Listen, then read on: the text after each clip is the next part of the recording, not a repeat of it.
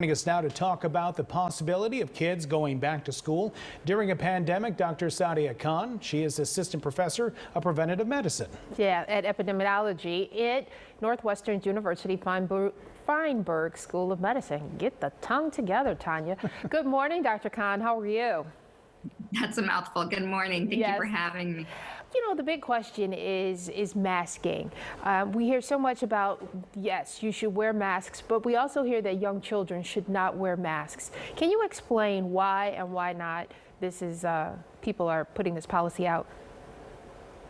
I think there's been a challenge in understanding if our kids are going to be able to accept wearing a mask and how comfortable they will be and how well they will be adhering to wearing a mask.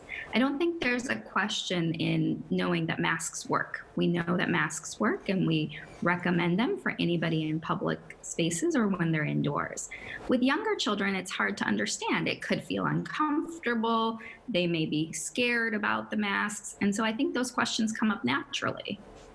Dr. Khan, talk about a little bit, because we're talking a lot about kids, and obviously the focus in schools is on kids, but a lot of these kids, some of them being raised by the grandparents, they have to go home. And then you have teachers, many of them are hesitant about going back. They have their own health concerns, but then if there is in-person classes, they have to, in many cases, put their own health at risk. Absolutely, and I think one of the greatest challenges in how do we best address this is that there isn't a one-size-fits-all policy. Every community will experience COVID-19 in different ways, and there are some communities that have higher numbers of cases and some that have lower number of cases, and that's going to change over time.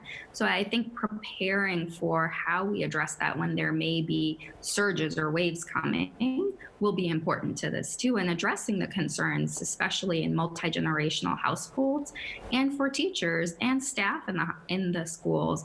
We want to make sure that everybody is safe, that everybody has sufficient protective equipment and cleaning supplies, and that will take funds. Can you address some of the science here? I talked to some parents earlier this week who say they have been assured through the guidance from the CDC and the American Academy of Pediatrics and some other scientists that children are not great spreaders of the disease. But then we also hear about a county down in Texas where, 80 or so children had COVID-19. Can you kind of explain the science for us? For sure. As you know, that's a great question. As we've been learning more about the epidemiology of COVID-19, I think we've learned a lot in the last few months. We know that older individuals are more likely to get COVID-19 and also more likely to have a severe case. And in fact, very few children so far have been infected with COVID-19. I think the challenge is that we know that not only are we not testing as many children, so potentially there may be more kids that have had it, but there are some biology in terms of knowing that kids are less likely to have the higher virus titer and less likely to spread COVID-19 that I think is founded in good fact. So you have this argument to keep kids out of classrooms because of spread of the virus. What are the arguments to keep them in the classroom? Because a lot of what we learn when we're in school is how to interact with one another, and a lot of social things that cannot be done when you're online in learning like that. I think that's a great question as well. And thinking about this is not just about education or about childcare. This is about the health and economic consequences for our nation if we don't have adequate schooling. And I think it's critical that we think about not just whether we should be reopening schools, but moving towards how we can safely reopen and keep schools open for those reasons. What advice do you give to teachers and parents who are concerned legitimately about going back to class and the potential for a bigger spread and more outbreak and potentially then having to shut down the economy again?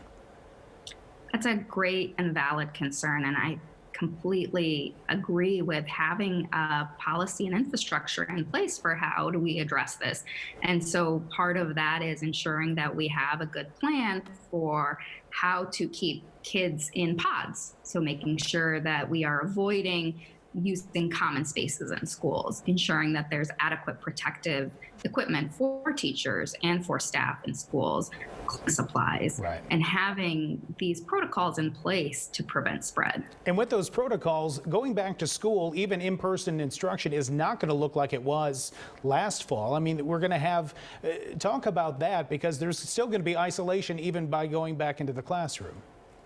Absolutely. I think that's part of all of what we are struggling with is there is not going to be a return to our prior normal. There is a new normal. And I think starting to embrace that fact as we continue on this mission to find a vaccine and be able to return to better normalcy, that this is our new normal, and thinking about how that looks, physical distancing in the classroom, wearing masks for the time being, for at least for all adults and potentially for children as well. And washing your hands, that's also very important. Absolutely. Keeping your hands out of your face and keeping them clean. Dr. Sadia Khan, thank you for joining us this morning. We appreciate your insight.